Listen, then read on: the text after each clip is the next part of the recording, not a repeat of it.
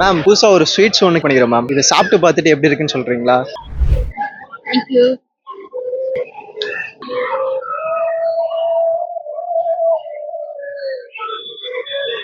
Tasty, ரொம்ப நல்லா இருக்கு. சூப்பரு.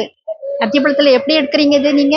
இது வந்து நார்மலா நீங்க பால்கோவா சாப்பிட்டுக்கிறீங்கல்ல, இது பால்கோவாலேயே வந்து ஸ்பெஷலா வந்து அத்திப்பழ பால்கோவா. நல்லா இருக்கு.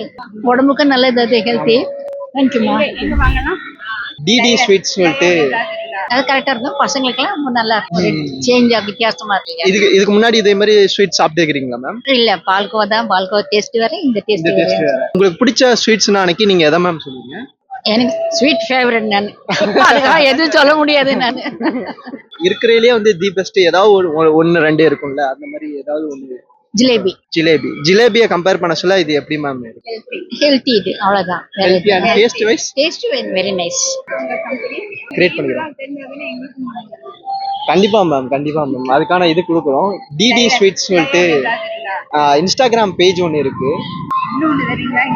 கொடுத்துடலாம் மேம். லைக் பண்ணுவேன்.